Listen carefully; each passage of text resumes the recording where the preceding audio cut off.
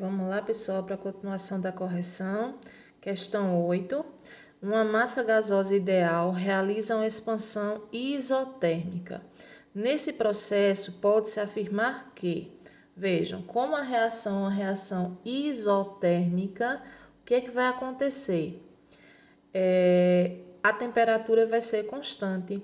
Se a temperatura vai ser constante, a pressão e o volume aumentam, o volume e a energia interna diminuem, a pressão aumenta e a energia interna diminui, ou o volume aumenta e a energia interna permanece constante, ou a energia interna e a entalpia diminuem, né? Qual seria a resposta correta? A resposta correta seria a alternativa D. O volume aumenta e a energia interna permanece constante. Por que a energia interna permanece constante? Porque a temperatura vai ser constante, porque é uma reação isotérmica. Então, resposta certa, letra D. Nona questão, desenhe a curva correspondente numa dada temperatura para a transformação isotérmica e explique o porquê dessa denominação. Então, por que a denominação isotérmica? Isotérmica, iso quer dizer igual, isotérmica quer dizer que a temperatura será constante. Temperatura constante. Certo? Se a temperatura é constante, pressão e volume serão inversamente proporcionais. Então, vamos construir o gráfico aqui. Nós temos aqui a pressão, nós temos aqui o volume. E o que a gente vai observar? Se a pressão for de 5 atm, o volume ele vai aumentar. Por quê? Porque eles são inversamente proporcionais. Então, aqui eu vou colocar 25 e aqui eu vou colocar 45, certo? Esse é o gráfico. O que a gente vai observar? Pressão menor, volume maior. Pressão maior, volume menor.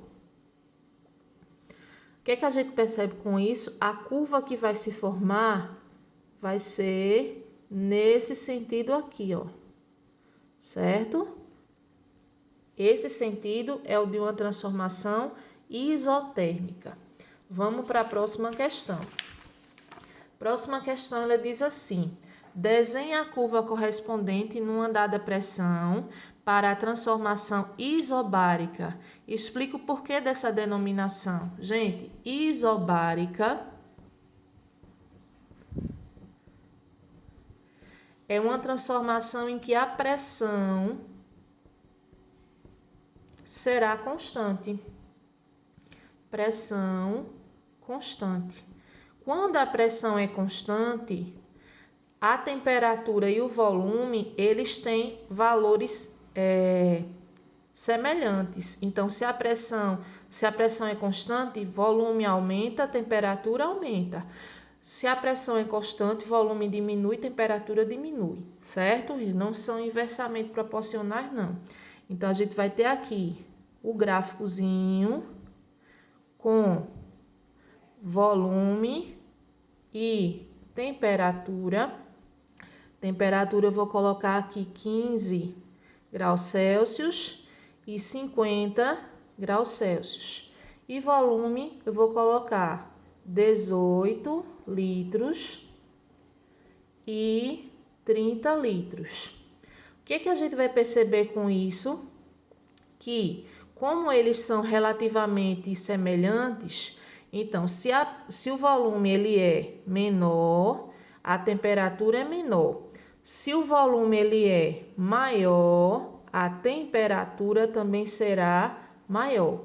Então, a reta que vai se formar será dessa maneira aqui, ó. Tá certo?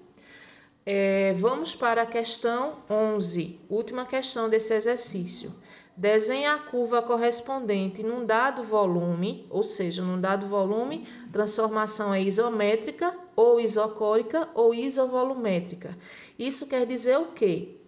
Que o volume vai ser constante. Volume constante. Quando o volume for constante, a pressão e a temperatura não serão inversamente proporcionais, elas serão proporcionais. Então, se a pressão é menor, a temperatura vai ser menor. Se a pressão for maior, a temperatura será maior. Então, vamos para o gráfico. Aqui sai o troncho. Vou fazer outro gráfico.